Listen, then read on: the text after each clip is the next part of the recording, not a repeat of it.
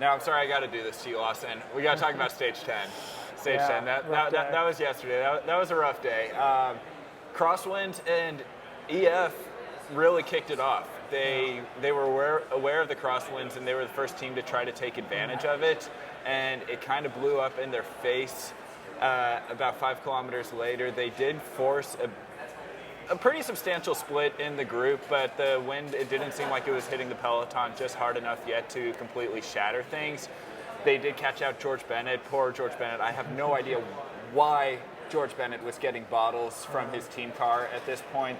That decision is probably going to haunt him for a lot of years because he is now well out of the GC running. He can thank EF Education first for that.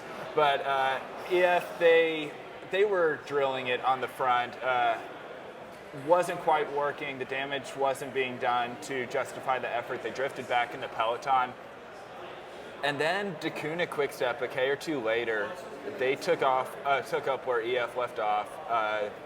The race went through a tight roundabout. It pinched off, went from a pretty wide road to a very, very narrow section, and it looked like we couldn't see what was going on exactly. We lost cameras in that section, but you come out of that, and there was just a big split, and EF missed out. Yeah, I mean, crosswinds are so tricky, and also quite frustrating for about 80% of the peloton constantly. It was definitely tough to see the boys miss out on that final split yesterday.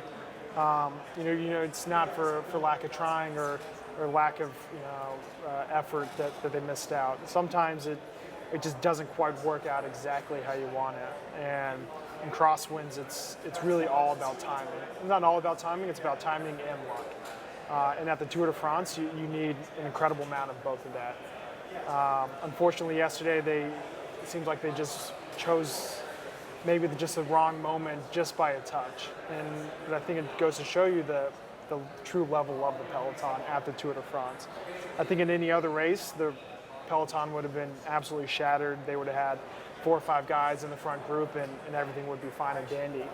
But at the Tour de France, where everyone is racing at their absolute highest level, you know, everyone can hold on for just that little bit extra and a little bit longer. And I think that caused a little bit of frustration or a little bit of confusion in the group where you're driving on the front trying to split it, and then you think, okay, you know, everything should be working in our favor. We have the wind, we have the road, we have the open fields. It should be split in pieces. It's not. Maybe it's not going to happen. And so that's when it's easy just to maybe turn off just a little bit and drift back to a spot that you wouldn't be. And you know, that's where Ineos and Quickstep really kind of make their money is in moments like that where they use other teams' tactics to their advantage, and then they just turn them against them.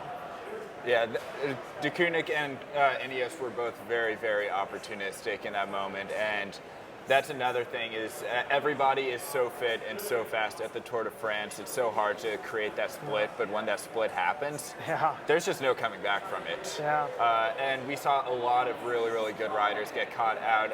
EF, of course, had Rigoberto Urán, who was behind the split. That was the big loss for the day. But he was riding with Jakob Fuglsang of Astana and Thibaut Pinot of FDJ. Those were the two. Or the 3 really big miss-outs of Rigoberto's group. Richie Porte, he was further back. This caught a lot of riders out going into the rest day. You know, Quickstep, Ineos, they're going to be pretty happy with how things are, but there are going to be a lot of hungry teams, I think, coming into the second week of the Tour de France. Yeah, for sure. I mean, the race is still wide open. Obviously, you have Alaphilippe, who's, you know, a minute ahead of everyone else, but, you know, from second to 7th or 8th is all within 30 seconds, 20 seconds. So I think we'll see a lot of fireworks coming up. The tour really gets going now. The first week is always maybe has 1 or 2 challenges, but it's more the stress that takes the toll on the peloton as opposed to the actual terrain. So now as you know the Pyrenees and the Alps start to come, I think we'll see a lot of shakeup in the overall. And now the true excitement starts to really hit the tour.